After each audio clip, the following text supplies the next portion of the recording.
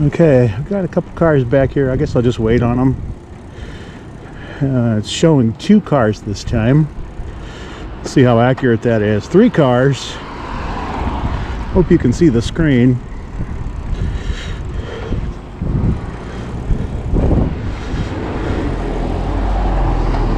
There's 1. There's 2. Hello, welcome to Pedaling Past 60. We're closing in on the new year, and I've got a beautiful day to go run some errands. And I've added today a nice little radar unit to the back of the bike. And you might think, why do you need a radar unit on the back of your bike? Well, I do have some mobility issues with the neck. I can't really turn my neck farther than this, so I do have to turn my whole body to be able to look over my shoulder. And then you might say, well, why don't you just get a mirror? Well, I do have a mirror, and I really like the combination, or the idea of the combination of the radar and the mirror together.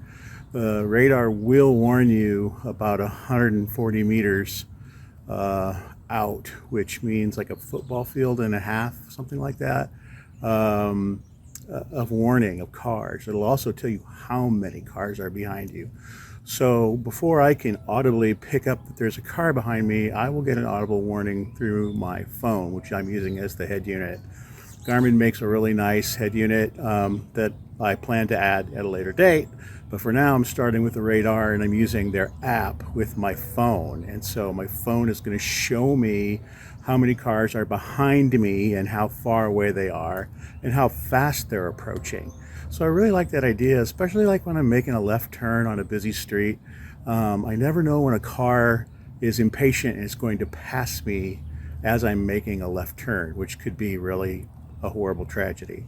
And my goal, as always, is to never get hit by a car. So I'm going to go run my errands. I'm going to show you the unit here before I take off, and then hopefully I can get some video of how the unit works while I'm riding. All right, here we go. Okay, here's the unit. It's such a bright, shiny, sunshiny day, I can't really see my screen. You can see the mount is simply just a couple of rubber bands, or what I would call an O-ring.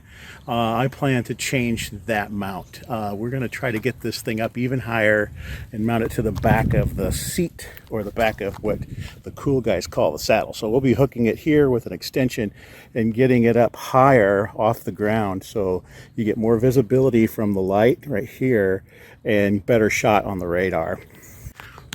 Hey, as always, if you like this video and you want to see more content like this, please hit the subscribe button. It really helps me out.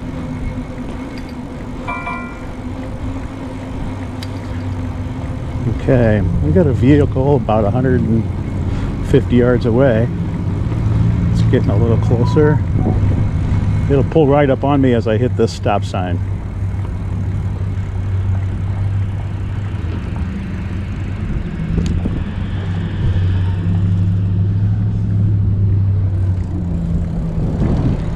Okay, so far so good.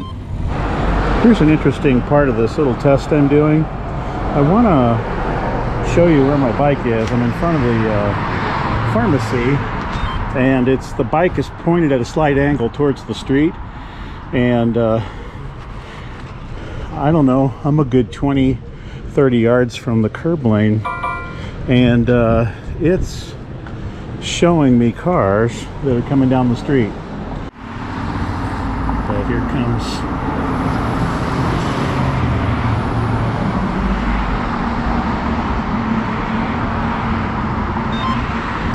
okay, so I don't really know how radar works, but I find it fascinating that even with this parked car in the way, it's nabbing these cars coming down the street. Hi, Pooch. Hi. As a car approaches, the taillight responds. So right now it's just slowly blinking. You see how when the radar picks him up, the taillight responds with a strobe, and believe me, it's plenty bright at night. It can probably be pretty annoying. There we go, here comes another one. And another car.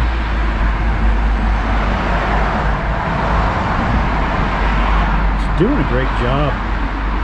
I really approve. I'm gonna slow up a little bit See if it'll track cars while I'm on the trail. See if it sees the cars out on the street.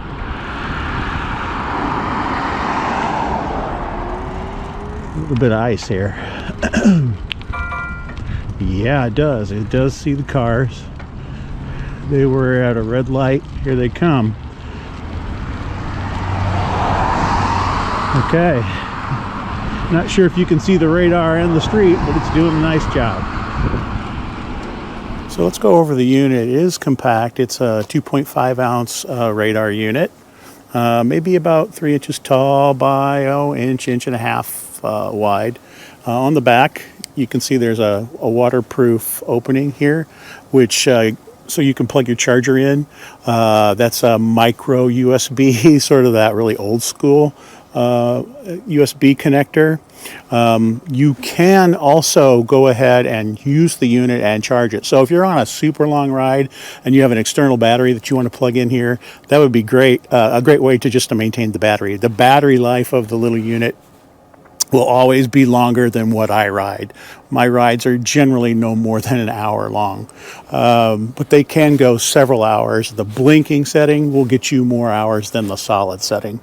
Power buttons here right on the top. Once I powered this up and turned the app on, it paired automatically to the unit. If it doesn't pair up, you'd see a blue plus sign right here at the top. You just click that. It searches for it. It says, "Is this your Varia?" You say, "That's mine," and that's it. You're hooked up. The audible alerts. So it does have an audible alert that comes through the phone, just sort of a blink, blink, and you can look down and see the car coming. You can check your rearview mirror to see it coming. That alert, I heard with my volume cranked all the way up on my phone. But I think the best thing probably would be to go ahead and have one of your two earbuds in, and then have that signal come right into your ear, leaving one ear open so that you can be aware of all the other sounds that are around you. I found it very effective in both day and nighttime. I haven't used it in the rain yet, but I have read where it does work in rain. It will not work in a downpour, but it does work in a regular rain. You might notice in the beginning of the video that I did mount the unit upside down, and that was just so that I would have a nice clear shot over the back rack of my bicycle. If I mounted it this way, it was shooting across the rack. And again, what we're going to try to do is get that up and off the seat post and get it up on the back of the saddle. As far as enhanced safety goes with this unit, yes, I do think it does give you one more tool to be safe while you're out riding your bike. Will it make drivers drive or behave differently? No. Will it improve infrastructure to ride around town? No. It increases your awareness of what's around you, both visually and audibly, and that's a big, big bonus for me. The device is compatible with a number of units. The Wahoo unit, Garmin's head unit, and of course you can use it with your cellular phone, either Apple or Android, by downloading the app. Now, there is one app called Ride GPS that it is also compatible with, so that you can have both. It is a subscription service, but you get your stats, your ride stats, your maps, and also all of that with the radar all combined into that one app. That's kind of nice. Well, let's talk about the downside of this. And while riding, the Bluetooth did disconnect on me, and it's not that it's difficult to reconnect, because it's really just about 20 seconds to reconnect. You just hit the plus sign at the top of the screen, and then it searches for about 5 seconds. It says, "Is this yours?" And you say, "Yep, that's mine," and you're back online. Now, if you're wearing gloves, you're going to have to that you can't operate a touchscreen with, you're going to have to pull over, take your glove off to reset, and that's kind of a hassle. Also, I think the micro USB connector is kind of weird. I'm sure there's a reason for it, but I just kind of hoping for things to be just a little bit more standardized with like a USB-C connector on everything these days. It is kind of weird to buy something new with that tiny micro USB connector on it from 5, 10 years ago, whatever it was. But that's just a small thing. So the connector, the loss of Bluetooth connection is kind of weird to me. I'm looking into it. Maybe I'll do a follow-up video. And then probably the O-ring rubber band mount to the bike stem. I don't think it's going to fall off on me or anything like that, but it would be really awful to have a $200 radar unit fall off the back of your bike because the mount was an O-ring. I really need to look into something a little bit better. I know it's out there. I just got to find it, and maybe that saddle mount is the ticket. There's also, I've seen like a rubber jacket that you can clip over this that has a small lanyard that you can then lash off to your seat so that if it did fall off, it would just be dangling on the back of your bike and not fall off and hit the ground. That's huge. So those are the 3 little things that I could find wrong with it. I found its accuracy very good.